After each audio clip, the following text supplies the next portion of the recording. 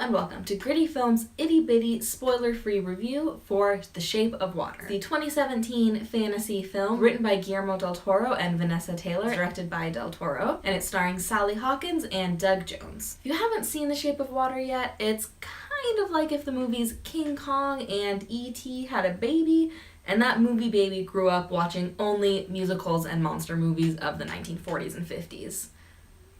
Seems a little out there, but I think you'll get what I'm saying when you see it. So this movie had very little in the way of weaknesses. You've seen my review for Pan's Labyrinth. This is gonna have kind of the same feel in that there was not a ton to really complain about. Definitely one of the weaker points is gonna come in the writing. Without giving away any spoilers, I'll just say that the writing was just one of the weaker points in the movie, particularly when it came to character development.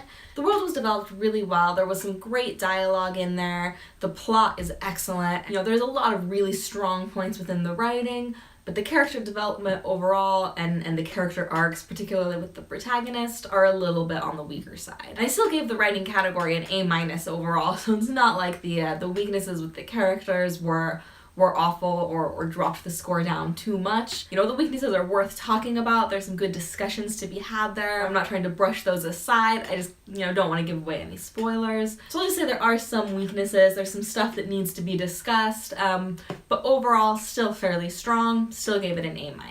And as far as the strengths of The Shape of Water go, pretty much every aspect of this movie is a strength. And one of the things that I really, really liked and that kind of helps to make up for some of the weaknesses in the writing is going to come in genre. I thought there was some really interesting things being done with kind of some genre blending of monster movies from the 40s and romantic fairy tales, kind of along the lines of Beauty and the Beast. The special effects are also amazing, particularly when it comes to the amphibian man, played by Doug Jones. Pretty much every shot that he's in is a combination of practical effects of Doug Jones in a rubber suit combined with visual effects, particularly when it comes to his facial expressions. Almost all of that was computer generated throughout, but they really blend together seamlessly, and he's just a gorgeous, I feel weird calling him a gorgeous creature, but that's what he is. It's just the attention to detail in the character design of the amphibian man. It's just phenomenal and true Del Toro fashion. If you've seen any of his movies, you know what I'm talking about. And I think this might be one of his strongest. You only get the one creature, whereas a lot of his other movies have several, which I think really allowed the attention to detail to be just that much more precise and that much more impressive, which is saying a lot. There are other things throughout the movie that are pretty phenomenal as well, that kind of go without saying in a Guillermo del Toro movie. You have an amazing soundtrack, you have the aesthetics of the movie, both when it comes to the characters and the locations, the lighting throughout. I hate to keep comparing it to Pan's Labyrinth because it is its own movie and it stands on its own without comparison. But just, if you've seen Pan's Labyrinth, it's that same kind of very rich, very distinct color palettes, very low-key lighting, high contrast. It's just gorgeous. And the cinematographer Dan Lauston has worked with Guillermo del Toro before. He did the cinematography for Crimson Peak, but just really goes above and beyond in The Shape of Water. And like I said, it's more similar to Pan's Labyrinth, but it still has its own unique feel. The cinematography tells its own story. It's very, very different. The way light and color are used throughout The Shape of Water is very, very different than the way it's used in Pan's Labyrinth. So I don't want to compare them too closely, but basically, if you thought the cinematography was beautiful in Pan's Labyrinth, you'll think it's beautiful here. It's pretty much impossible that Lauston won't get nominated for the cinematography, and I feel pretty good that he's gonna win the Academy Award for the cinematography in The Shape of Water because it's just so rich and layered and gorgeous and helps with the storytelling, helps with the mood, it looks realistic, but still gives it a fantasy, fairy tale kind of atmosphere throughout. It's just really, really impressive and definitely award worthy. So I think he's a shoo-in for the best cinematographer. And the last thing I'm going to touch on real quick as far as strengths go is going to be the acting. I think everybody by now has heard that Sally Hawkins' performance is just outstanding. I have no doubt she's going to be nominated for Best Actress for 2017, and I suspect she will win. Her performance was just very strong, very moving, very authentic.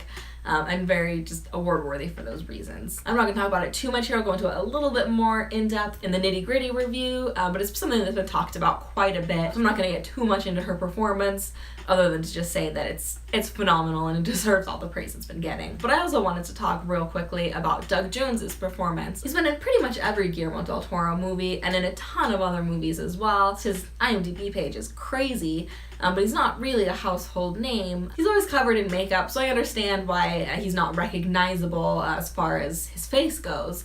But his name should be well known. He's extremely talented. The things he can do, not just the physical performances, but to be able to do what he does while wearing rubber suits or, you know, whatever other prosthetics or makeup or whatever he's wearing to make him look like the creatures he portrays. It's incredible, and I was really hoping that this movie would get him to be a little bit more of a household name. I noticed in the opening credits of the movie he was second billed, but then on IMDb he's like way down here. I mean, even though Sally Hawkins is clearly the protagonist, her performance is really, really strong, and more focus should be on her. But I do think that his performance as the leading man shouldn't be overlooked either. I think he deserves a little bit more credit and a little bit more recognition than he's been getting, especially for how long his resume is and how many amazing things he's been in. So that's kind of my spiel on Doug Jones. So the total score for The Shape of Water is going to be a 96.2, which is a strong A+. It's not quite perfect. There are a few little flaws here and there that just kind of knock it down a little bit from that perfect rating, but it's really, really a strong movie. Very, very close to perfect. If you liked Pan's Labyrinth, you're probably gonna like The Shape of Water. It's a very different movie, but has a very similar tone to it, even though the themes and the story are very, very different. And if you've never seen Pan's Labyrinth, you should go see Pan's Labyrinth and The Shape of Water immediately. I really think these are the kind of movies that everybody should see. They're very human and very touching and just very beautiful, just reflections of humanity. And I think that the ways films portray humanity are what make film art. So I definitely recommend pretty much anybody go see this movie. So that's really all I can say about The Shape of Water in this spoiler-free review. But if you're looking for a little bit more analysis or some spoilers, don't forget to check out my nitty-gritty review. Hey, thanks for watching. Let me know what you thought in the comments below, and if you like what you saw, be sure to subscribe to Griddy Films on YouTube and like and share this video. You can also follow Griddy Films on Twitter, Facebook, and Instagram. If you'd like to learn more about the Griddy Films grid rating system, you can check out the Griddy Films website, and if you'd like to learn how you can support Griddy Films, you can check out the Griddy Films Patreon page. Thanks again for watching, and I'll see you next time.